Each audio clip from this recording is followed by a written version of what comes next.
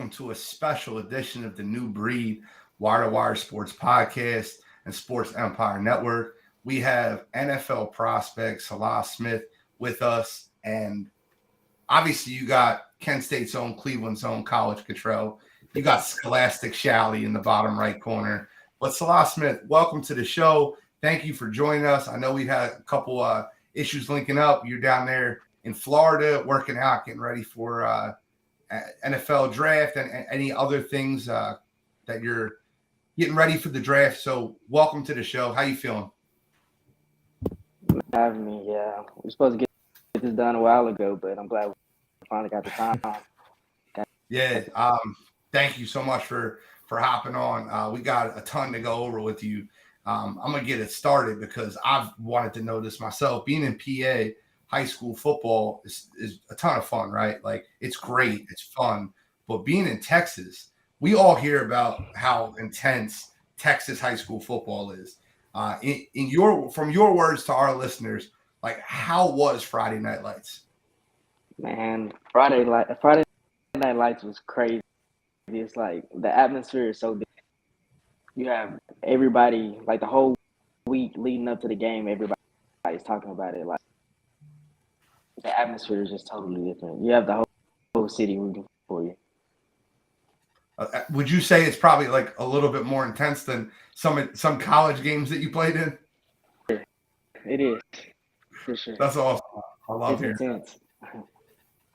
What class is Marshall? 5A. Nice. You guys are pretty big. Nice. Yeah. We had to go against Longview almost every year too, so it's kind of crazy. You picked a good week to leave Texas to go on vacation. Well, actually, I'm back in Texas now. Actually, are you? Yeah, I'm in the Austin area right now. Nice. How's the rehab been since your injury? Oh man, my rehab is I'm pretty much back to 100%. Well, not back to 90. You know, it was long and it was hard, but you have to put your head down and get it. No, yeah, for sure. But speaking of that, though, real quick. So I know you were injured, pretty much missed. Was it your entire final season? Sure. So what happened with, like, was there any potential for you to get a medical red shirt, or was there, like, what kind of went into the end of your season? I was going to come back, but I went to go talk to the doctors, and the doctor is like, good idea. Because I tried to come back during fall camp, really, and actually ran a route, went past the DB, and he yanked my shoulder backwards. Messed it up again, and he was telling me like my rehab wasn't done. Like, I shouldn't have been out there, but it's just one of those things. Happened for a reason. So they just decided to, the draft. I talked to some teams, to some people, so I just decided it was better for me to go ahead and get back 100%, and get back out there and do it.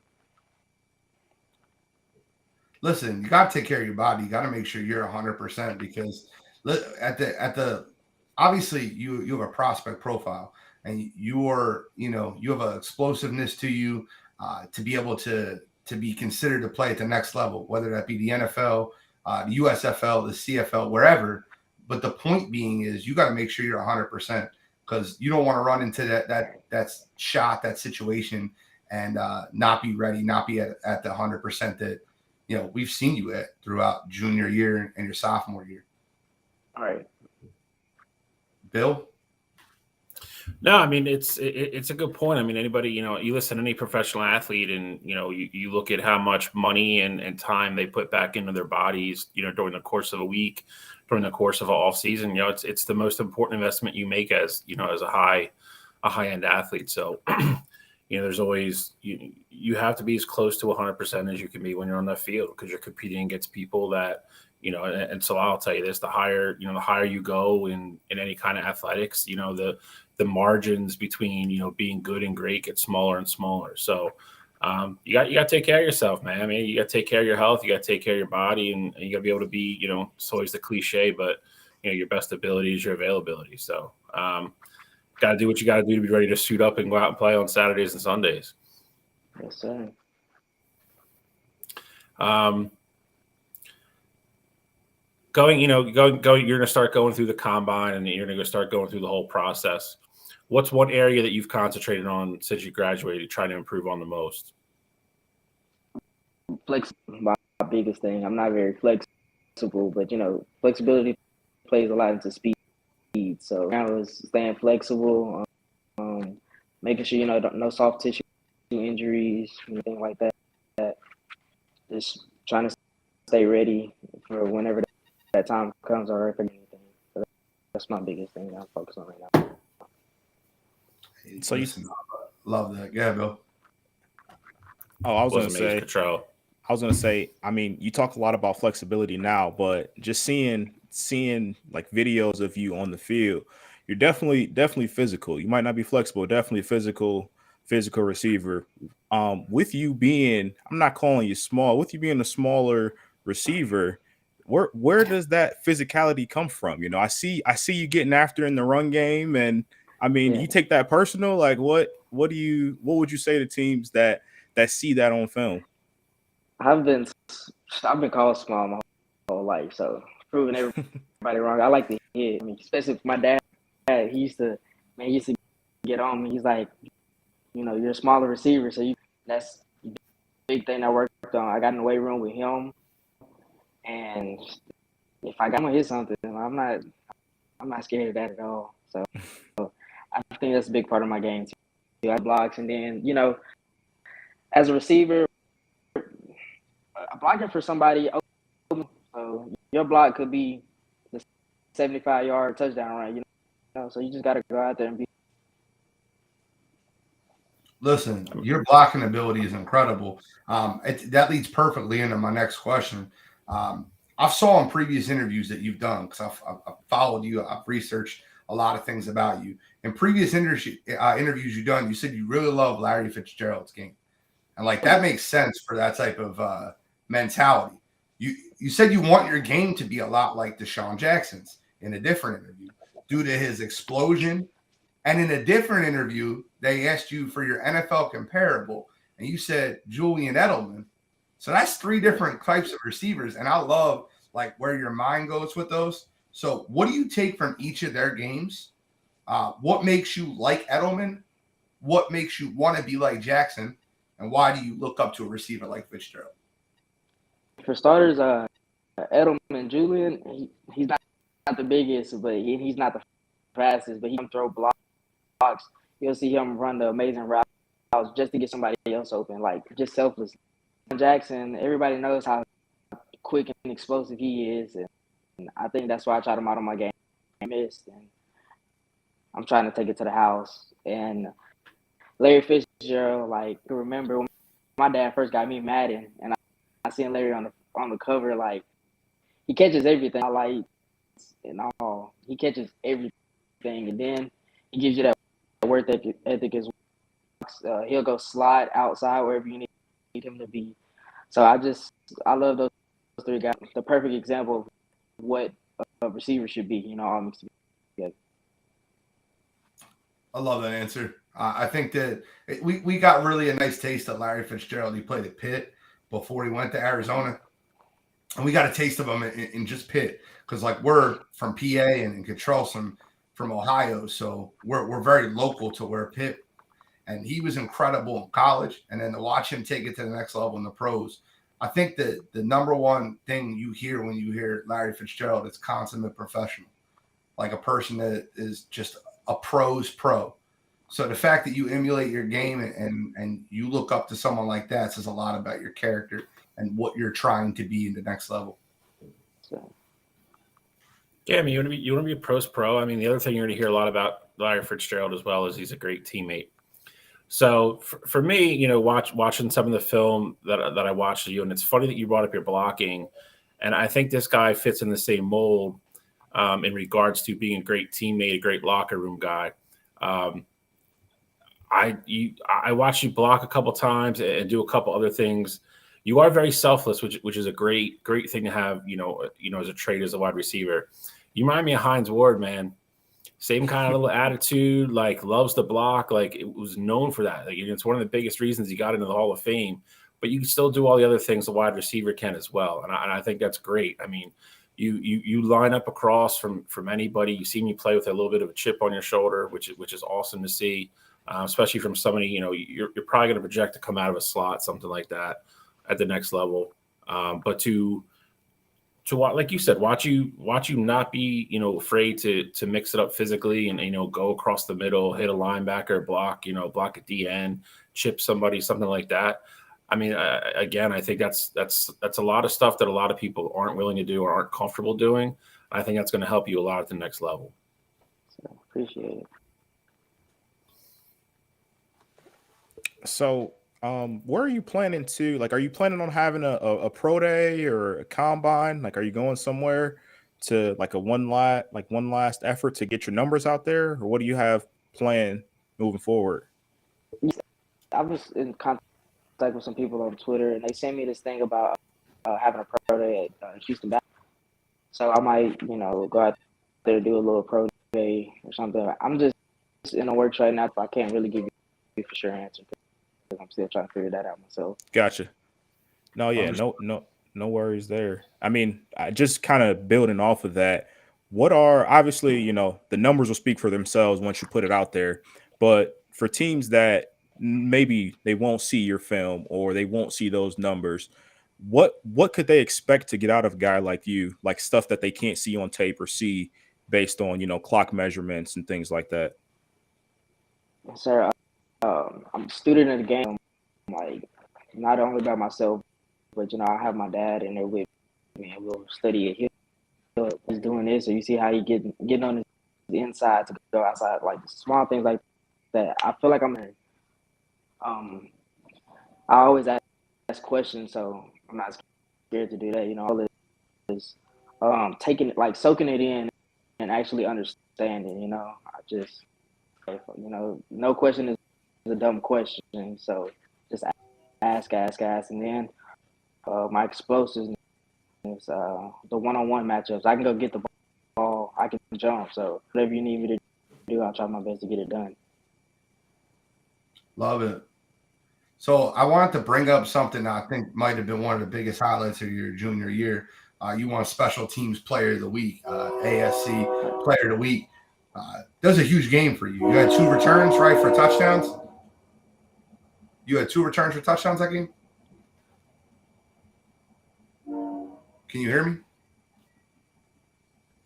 It's frozen. I think we lost him for a second there. Hopefully he catches back up.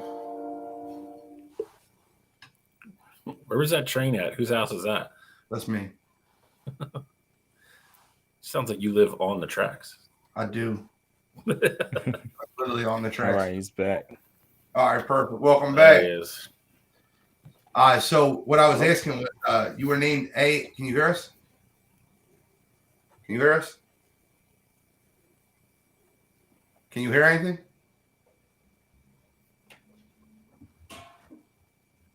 I don't know if he can hear us. I can't hear anything. Did he cut out? Yeah, you know. I can hear you. Can you hear us? Nothing.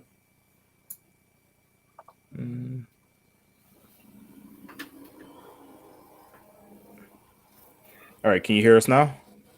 Hello? Yeah, we can hear you. We can hear you perfectly fine.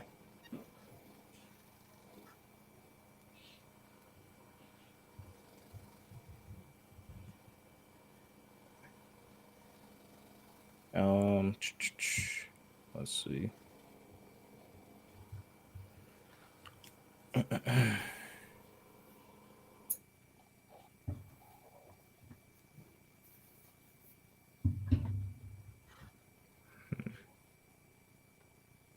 All right, let's see. Hopefully he can come back and he'll be ready to go for us. It's that Texas internet, all right. Man. Can you hear us? My guy, can you hear us? What's going on? Can't hear us. No, can't hear us. I can hear you guys now. I don't know what happened. Okay, perfect. There we go. What I was asking was, Yeah. you were ASC Player of the Week, the American Southwest Conference. Wait, you returned 2 kicks that day, right? Two Yes, for touchdown? sir. Just So you were one for a special. touchdown. Okay, so 2 kicks for over 100 yards and return yards, 1 for 81 for the touchdown. I apologize. But Yes, sir. you also caught 3 passes. You had 2 returns for over 100 yards. That week, special teams, that part of your game, how do you feel like that translates to the next level? Man, I just love special teams. I never played special teams in high school, actually, though. And at Higher Payne, they didn't put me on special teams either. So all during fall camp, I was like, hey, put me on special teams. Like, and once he did, that was it. He gave me the chance, and that's all I needed. I just needed the chance. And You got it. I mean, you got 1 special teams player of the week for the entire conference. That's a hell of an achievement. so, Control, Bill. I'll start. I'll give you a fun one. Okay. Yeah, we've asked a bunch of serious stuff, getting to know you a little bit, but two-part question. Okay. You know, if you had a dream city where you'd want to go, where you could pick, where you could play, where would it be? And are there any cities or fans that you don't want to play for? Obviously, I know the answer to that's no. I know it's a blessing to get drafted and go play. But is there any cities you wouldn't want to play to because of weather or some other reason? Not necessarily a city I don't want to. Well, actually, the hurricanes and stuff. I can't deal with all of that. That's just something that I just can't really deal with. But I would want to go to San Francisco. My dad's from the Bay Area. I love San Francisco. Is my favorite team. So if I get a chance to go there, then man, it's a beautiful city. Oh yeah, yes sir. All right, so let's expand on that a little bit. So we saw, obviously, Trey Lance got hurt, early in the season.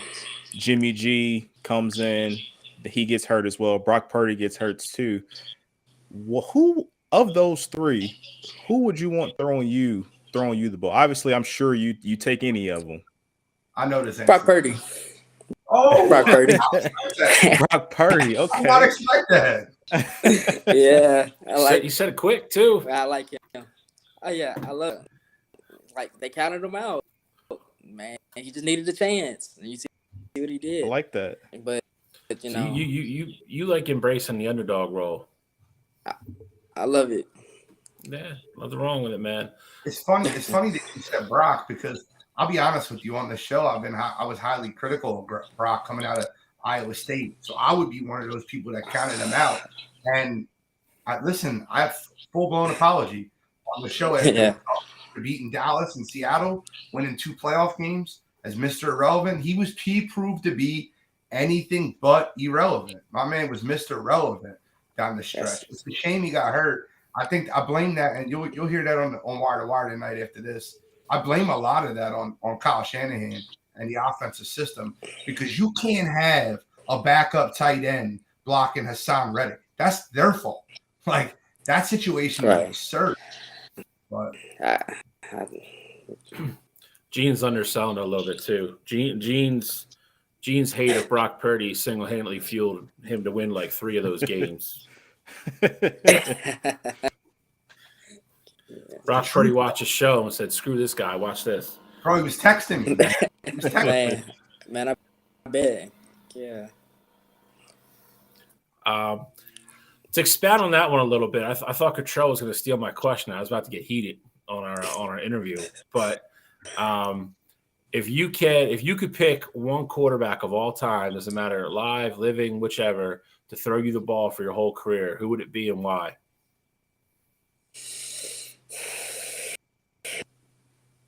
Dang, that's a good question. Who would it be? Honestly, I think I would take Mike Vick. Just the left-hand quarterback. Yeah, I mean, another guy we're familiar with. Although he He was running, but he could throw it down for sure. And I wouldn't have a problem blocking for him. I like Mike that. Vick, I like it. I do too. He might overthrow you about 20 yards, but he won't underthrow you. Oh yeah, That's damn sure. He can flick the ball, man. It's flicking the Good. wrist, ball going 67 yards.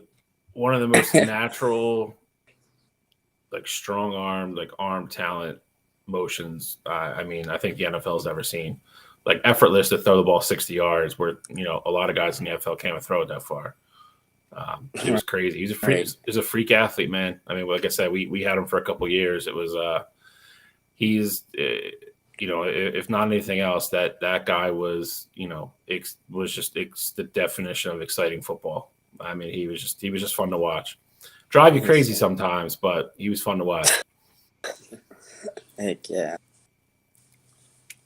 So, real quick, last one for me. I know you talked about watching film and stuff with your dad. Obviously, you said you've played Texas football, you played in college, and you're looking to move on to the next level. What motivates you to achieve those goals? Like, is it family? Is it this has always been like a passion and a dream of yours? What motivates you to make it to the next level? I think it's a mix of a dream, but also for family, especially my father. Like, I harp on him like my best friend. Like, ever since Pop Warner, Mighty Mites, I'm 6 years old, running out more than me. Like, it's me and him, and he played football as well. He played running too once he came from California, and he ended up getting hurt. Messed up, blew his knee. Got the the college experience, the NFL. I was picking up where he left off. Nice. So Bill, you have one? I got one last one, and I mean, Cottrell's question is kind of a segue to this. So I mean, I don't know what you have left, but I mean, it's probably a good spot to ask mine here. Yeah. I think it's always very important when guys get to that next level, and I know this gets brought up in interview rooms and stuff a lot as well. So I'm just really curious to hear your take. You seem very family oriented, which is great. You seem a very level head on your shoulders, which again is, I think, something everybody looks for. But one question I heard gets asked a lot, and I think it's a great question. Assume you get drafted to the league and you're doing well. What is one kind of like foundation or charity cause or something like that that's super important to you that you'd want to give back to, your hometown or start a foundation in the city that you're playing with to help give back to the community? Yes, sir, for sure. So in college, I worked for it's like a foster agency. We worked with kids that just got out of CPS and they're trying to get life type thing. So I would give back to those types of things and just help out the kids. That working in that environment, I've seen some crazy stuff. Kids that have been through a lot. 12 years old, 13 years old, was on drugs or this and that happened. I want to give them something like, rec center or something so they can go play football, stay out of trouble, keep their head on straight so they won't get drug scene, violence and stuff like that. So that's my biggest goal. If I do, make it back to this kids for sure. That's awesome, man. I love that answer. I'll tell you what, one of the reasons that I jumped at the opportunity to want to interview you is because I read your interview on Draft Diamonds. And I love how quickly you answered when they said, who was your biggest influence? Who was your biggest hero? And you said your dad. Myself and my dad had a great relationship. He was my best friend, pushed me when I was playing baseball to do whatever I could do. I only played high school ball. I didn't get a chance to play after high school. I had a pretty bad ankle injury, compound fracture, and it kind of ended my playing days doing that. But I love, your foundation, right? You talked about a tragic thing that happened with your grandfather. And when I read that, I was like, man, this kid's just got it together. I love like where your mental space is at. So you said the relationship with your dad is so strong. Are there anyone else, like any other coaches, any other connections that you had along the way that you felt really emphasized how great you could be, like kind of did a good job of putting you in the right positions for your strengths? Yeah, absolutely. My uncle, you guys know about Nebraska explosion, Ricky C. Simmons. He's the best friend of my Heisman Trophy winner. My Uncle Mike and my Uncle Ricky, man. And when I went to Nebraska, took me under his wing. He just kept it real with me. He gave me one of his explaining to me how he messed up, and he just harped on me. Hey, you got it done. Like, don't let any negative get in your way. Just keep it forward. And I told you all my life, so nothing you say or do can take my mind off what I have going for myself at this point. That's a great mindset, man. I'm going to ask you a couple more questions and then we'll wrap up. But there's a lot of things that I think people want to know about you coming out. So, like the next few months, and I know that you don't have everything together, but the next few months, like what are the goals that you want to accomplish? Obviously, getting to being 100% is huge. But as far as do you want to try to be a walk-on to an NFL team, try to get drafted near the end of the draft? Or do you feel like that you'll be able to excel a little bit more getting a year or two to play in like a USFL situation or an XFL situation? Like where do you see the next few months taking you? Yeah, like you said, man, I can't call it. I just hope and just, have everything on my end correct. But, NFL team will be fine. USFL, XFL, whatever it takes me, I'm going to make a way for myself. Like, so I feel like I can reach that ultimate goal, but in the next few months, just scout overseas, whatever comes, I'll take it. Whatever can give me opportunity. That's the determination that makes it, though, right? Like whatever the situation is, I have the determination to make it. Yes, I think that a lot of teams, there was a statement that was made, and I forget who it was. I'm pretty sure it was either Bill Belichick or Nick Saban, but I'm trying to mess this up. But I'm going to say it out loud, and I think you'll know exactly what I was talking about. So they were rating 2 wide receivers, and one wide receiver was much better than the other wide receiver. But I think it was the Patriots that selected the second wide receiver B.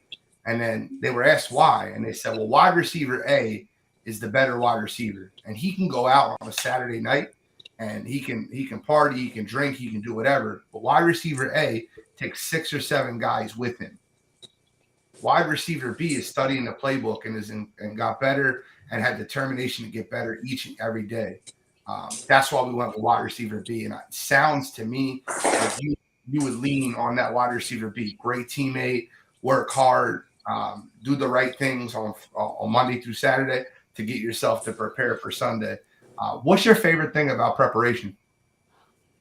Man, in high school, we had this thing, it doesn't work hard. So that's it, man. You got to, if you put in the work, you're going to get blessed with the opportunity to do something. So you can have all the talent in the world, but if you don't, your craft, you're just going to be stuck at that peak. You want to always go up. I get it. Cottrell, Bill, do you have any other questions? I got one more. Nope. That's it for me. No, I mean we kind of touched on most of mine, or at least gotten really close to them. So I don't want to ask him something that he's already answered. I get it. So my last question for you, and you can develop. Well, it's like a 2-part question. Who do you think is going to win the Super Bowl? Who are you rooting for? Gotta go with Pat. I have to go with Kansas City. Interview over. Listen, man. I met him a couple times. He came to one of our games. Jake Parker is his best friend, and what's crazy, I played against him in high school. So my freshman year, district in White House. So you guys don't know. If y'all don't know, Pat Mahomes can play, but he's cold. So, man, yeah, I got to go with Pat. He's close to the house, and it's the Chiefs. So Travis Kelce, Pat Mahomes, they're going to do what they do. Listen, I love Pat Mahomes. Pat Mahomes is the best player. They asked me recently on another podcast who I would compare Pat Mahomes to from the past. And we talked about this a lot. And Bill gives me a lot of flack, and it's okay. But, like, the person I compare Pat to is Michael Jordan. And people think that's wild for me to say that. But, like, I don't think there anyone was like him. So, like, when you look at the comparison, it's like when Mike came in the league, nobody was like him. He was different. And Pat shows a different set of skills that you just don't see every day. Like, playing with a high ankle sprain is absurd. Like, you know how bad It's crazy, it can be, right?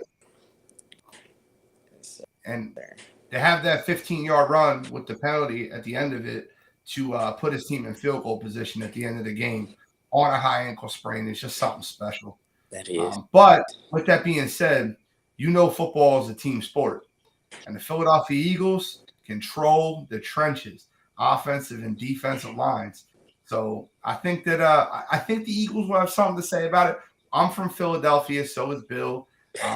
So we're going to be a little homerish here. We were hoping. I got you. What's the last thing you want all the listeners to hear? You're going to be put on our platform, Sports Empire Network's platform. You're going to get shared, downloaded a ton. What's the last thing that you want the listeners to hear? And anything else that you'd like to put out? Hey, just hit up, guys. Make sure y'all tune in to Wire to Wire. Y'all be going live all the time. I want to thank you guys for the opportunity as well, man. I really appreciate y'all reaching out. Dude, of course, man. Love it. And then for the people that want to follow your journey and see, what comes next, like where can they follow you, social media? Like, you go ahead, like plug everything.